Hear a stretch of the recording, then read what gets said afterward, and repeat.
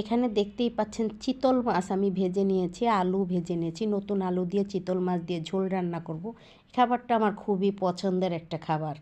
এই যে টমেটো, পেঁয়াজ, কাঁচামরিচ কেটে নিয়েছি, আমি রান্না করব। আর এই ফাঁকে দেখতেই পাচ্ছেন একটা ফুলকপি নতুন আলু দিয়ে ভাজি করব, সবজি ভাজি রুটি দিয়ে খাওয়ার জন্য, দেখতেই পাচ্ছেন। আর এই ফাঁকে এই যে আমার মশলাগুলো কষানো হয়ে গেছে, এই যে আমি এখন চিতল মাছগুলো দিয়ে দিব, ঝোল দিয়ে দিব। এটা খুবই মজার একটা মাছ, চিতল মাছটা আর নতুন আলু দিয়ে রান্না করলে তো খাবার স্বাদটা সেই। আর এখানে রুই মাছ আমি ভেজে নিয়েছি, রুই মাছ দিয়ে বেগুন দিয়ে আলু দিয়ে রান্না করব। দেখতেই পাচ্ছেন আমার রান্নাটা কমপ্লিট হয়ে গেছে, আমি আপনাদের পরিবেশন করে দেখালাম। এই যে খেতে অসম্ভব মজা হয়েছিল।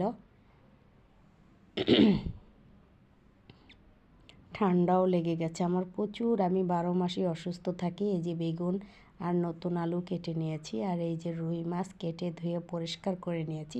আমি যতটুকু রান্না করব অতটুকু বের করে নিয়েছি, বাকিটা ফ্রিজে দিয়েছি। এই দেখতে পাচ্ছেন মশলার পরিমাণ, তেলের পরিমাণ আমি খুবই অল্প খাই। মশলাটা খুব ভালো করে আমি কষায় নিব।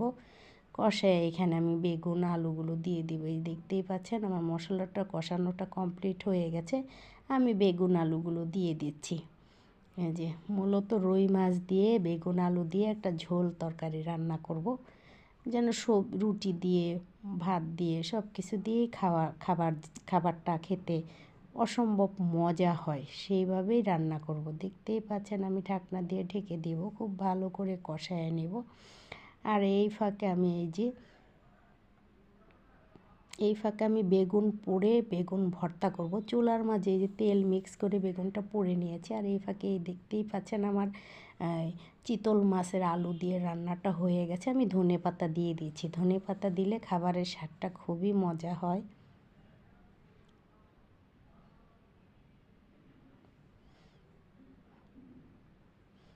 বাটিতে আমি পরিবেশন করে আপনাদের দেখাচ্ছি কেমন হলো। এই যে এই ফাঁকে আমি গরম পানি ফোটাতে দিয়ে দিয়েছি, 1 চামচ ঘি দিয়ে দিয়েছি, পরিমাণ অনুযায়ী লবণ দিয়ে দিয়েছি। আমি আটার একটা খামি করব, যে আটার খামিটা নষ্ট হবে না, হাতে লাগবে না, ফ্রি বেলুনেও লাগবে না। এই যে খামিটা আমি খুব এইভাবেই করে নিচ্ছি, এটা ফ্রিতেও লাগবে না, হাতেও লাগবে না, অপচয় হবে না। আর এই ফাঁকে আমি আপনাদের যে বেগুন আলু দিয়ে চিতল মাছ, এটা আমি আপনাদের এই যে পরিবেশন করে দেখালাম। কেমন হলো রান্নাটা, আমার রেসিপিটা কমেন্ট করে জানাবেন। সবাই ভালো থাকবেন, আল্লাহ হাফেজ।